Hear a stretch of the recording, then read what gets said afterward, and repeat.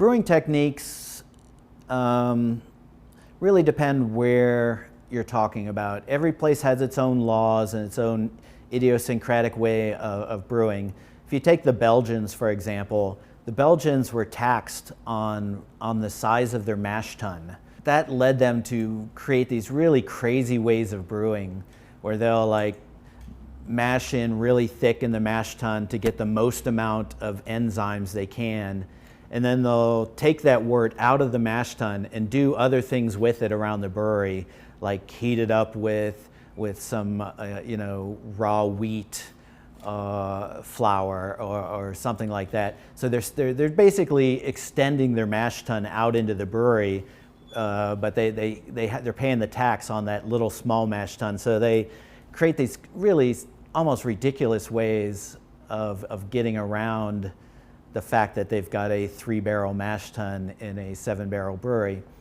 And you don't necessarily want to recreate those techniques because they probably hated it back then as well.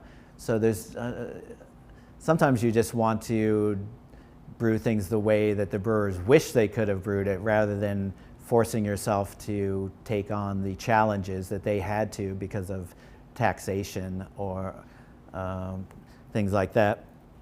The English have a unique way of brewing. It's called parti-gyle brewing.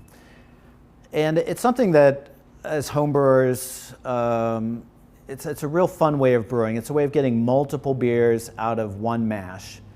And if you see these breweries in England in the 1800s, they would have one big mash tun and then 3, maybe 4 small kettles all around it. So if you can imagine how weird it would be to order a brew house now and say, I want a 20-barrel mash tun and 4 5-barrel kettles. It would, it's just unheard of. But it was a way of them making multiple beers out of one mash. They might mash in a stout, and then the very first sweet runnings coming out, that they might take a portion of that and make it Russian Imperial Stout. And then they would mix in a little more water, sparge that out, and that would become a double stout. Then they would mash in more water, take another beer out, and that would become the regular stout. And then they would do it again and make a porter. And then maybe even again and make a table beer. So you would get 5 different beers out of one mash. And all these beers would be boiled separately with their own hops and then fermented separately. Sometimes they would do, just 2 beers and hop and ferment them separately and then blend those together to make multiple beers. And sometimes in Scotland, a brewery would just have one recipe and they would be 100% pale malt.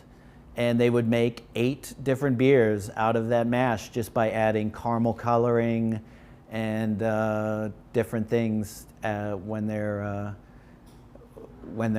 kegging it up or casking it up. The parti-gyle system, though, is a classic English tradition, and you see a lot of beers as a result of that that are second running, third runnings, as we would call them today, beers that, a dark mild might be a final runnings of a porter, possibly.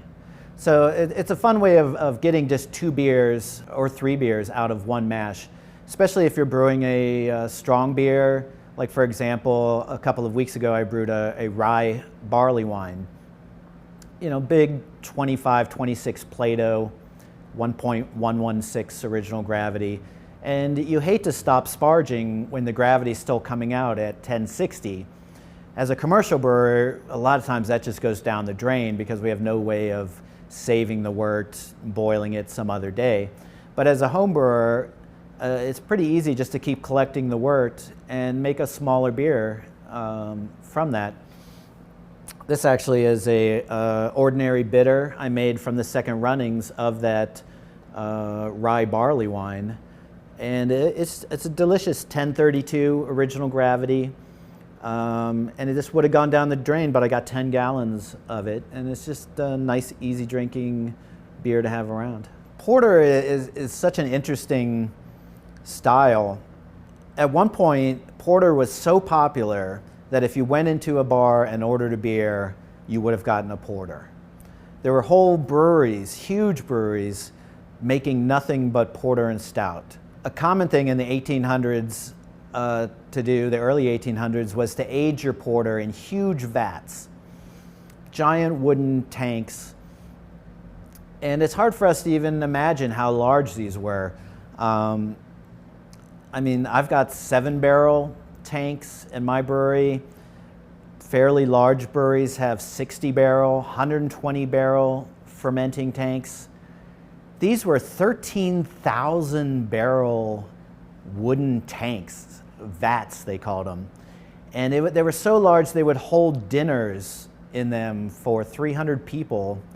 And then when they were done, they'd invite in another 300 people for a dance party. These things are the size of large rooms that would hold just huge amounts of porter. And there obviously would have been some Brettanomyces working in there.